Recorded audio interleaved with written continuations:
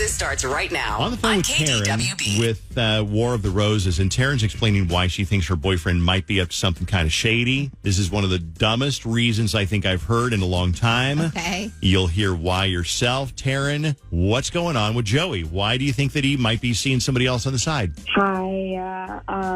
Well, mainly because he won't take my calls on like the weekends or other times. And he says that it's because he takes a vow of silence sometimes and doesn't want to talk. And A vow of silence, But then. just randomly, like a random Tuesday? He says that it's like for mental health stuff and spirituality. And for me, it's just like he sounds like he's full of and he just doesn't want to talk around like probably some other woman. Okay, now that makes sense, though, because think about it. Let's say that if I was out with somebody and Susan is calling, and I don't want the other person to know, oh, my God, I don't want her to know I'm married. Right. And I don't want Susan to know that I'm with this person. Right. I'll be like, oh, I can't answer the phone. But if I don't answer the phone, Susan's going to be like, why did you not answer the phone? Yep. So you're Right. you're telling me that Joey says he's taken a vow of silence. So like odd. like a monk? Don't monks take a I vow of believe they silence? do, yeah. Yeah. Yeah. He's not like Buddhist or anything, but he's always just like, eventually when I can get in contact with him and ask him, well, why haven't you been answering your phone? He's like, it's for my mental health and like spirit. And then he's like, you should try it for yourself. Okay, so he's selling this pretty well. I mean, saying that it's for spirituality, mental health, but saying you should also try it for yourself. But you don't believe him. I don't believe him either, because I've never heard of anybody in modern times taking a vow of silence. I've heard people going on actually like silent retreat. They'll offer them in places where they have spa places like Arizona. And you do go there, you hand in your phone, you're only supposed to like journal, and it is silent retreats. I don't know that I could ever do it. I don't think I could. I would like to try it. Yeah. You know, I would love to go like up north and canoe for a week in the Boundary Waters and have a vow of silence. You could bring your ukulele and sing then. Oh, my God. Yeah. You're right. I couldn't do that. Okay, so give me some examples. I mean, is there any specific examples of him not taking a phone call because of his vow of silence? Yeah. Well, he says that he was going canoeing on St. Croix, and I tried calling him and he didn't answer once. Okay. And then I guess there was one night where I just called him to catch up and he didn't answer. And then, last night he played softball and he didn't answer or call me back. And I'm like, how are you taking a vow of silence and playing softball? Yeah, I mean, seriously, that's kind of like taking a vow of silence and going to play bingo. So say, does he carry around a sign that says vow of silence so no one talks to him or anything? Unlikely. Okay, so you are very justified in calling BS on him. So here's what we can do. We can call him. And if he's not on a vow of silence right now, hopefully he'll take this phone call and we can kind of trap him and say, hey, we're going to give you a survey. We're from your bank or your company, your phone company, whatever. And we'll give you a survey. And if you take the survey, we'll send you roses. And we'll say, who do you want to send the roses to? That's when we trap him because he should say, your name is Taryn. And if he says the wrong name, then we'll ask him, do you want to include a card so we can get a little bit more information out of him? So hang on. We'll come back in a second. We'll talk to Jonathan Fogel from Fogel Family Law to get his take on everything. But part 2 of War of the Roses with... Are they cheating? Let's find out. Part 2 of War of the Roses starts right now on KDWB. I'm on the phone with somebody named April before we get back to part 2 of War of the Roses, because April, you heard the whole War of the Roses first part where she said, I got a boyfriend, and then he says, I'm taking a vow of silence. That's why I'm not answering my phone. And it's like, okay, well, that sounds cool. That's very spiritual and good for your mental health and well-being. But then she's like, it just seems weird because he's like, okay, I went to softball with the friends of mine and drank beer, but I didn't answer my phone because I'm on a vow of silence.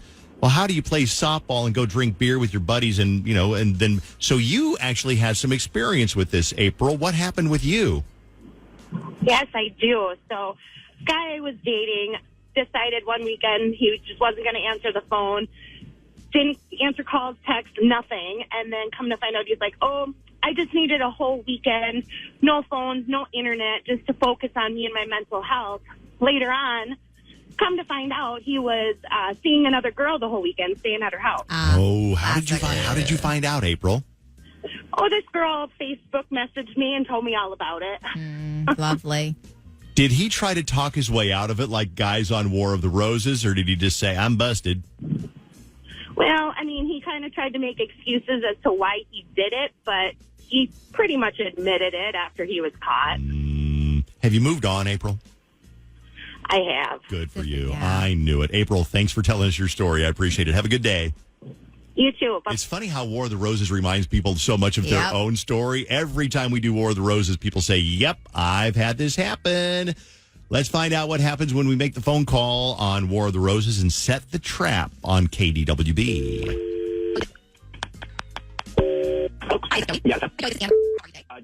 Who would you like to send roses to, Joey? We're going to send those out for you, and we'll do it sometime this week, probably by the end of the day on Friday. I'll need a first and last name for the recipient. Okay, Rosa. Okay. And do you want to attach a card? We can put like a little note on the card or on the roses if you'd like. Sure. What would you like that to say? Right. Can't wait for you to see you later. Oh my God.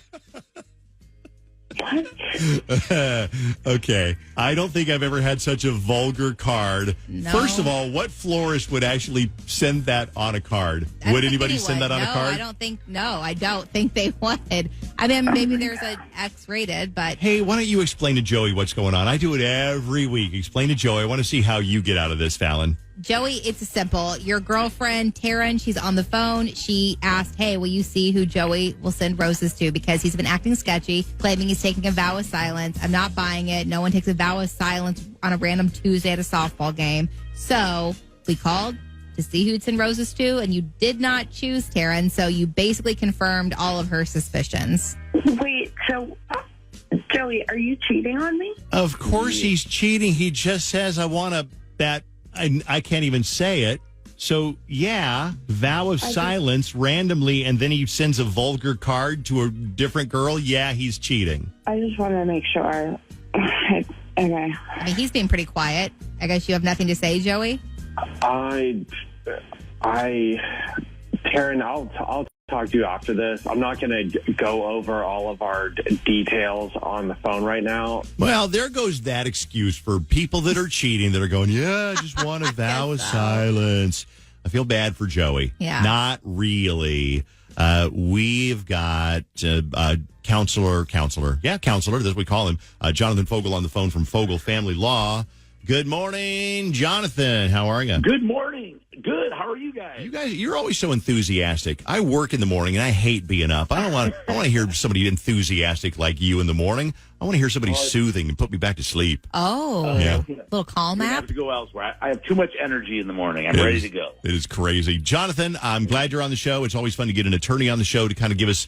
First of all, Jonathan is, he's got 28 years or so of experience, and he's always like, well, that reminds me of the time when I had a couple get a divorce because of a llama that he brought into the bed, whatever it is. What? What does this remind you of today, Mr. Fogel? Well, have you ever heard of the husband whose wife had given him the silent treatment for an entire week? No. And at the end of the week, he was like, oh, we're getting along pretty well. Okay. All right. All right, I'll start with that. All right, I like it. But here's the thing. In my 30 years, I've never come across someone who said, hey, I'm taking a vow of silence. I don't know about that excuse. I have to say that might be the suspect.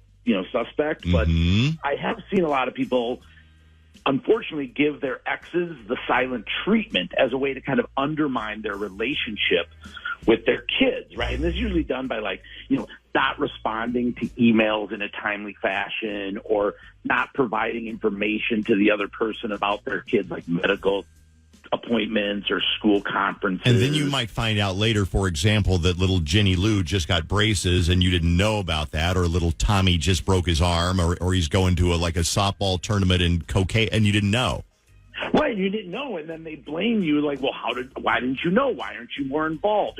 I'd say it's kind of a form of communication gaslighting, right? It's not going to give you the information, but then when you don't know it, I'm going to blame you for not knowing what's going on.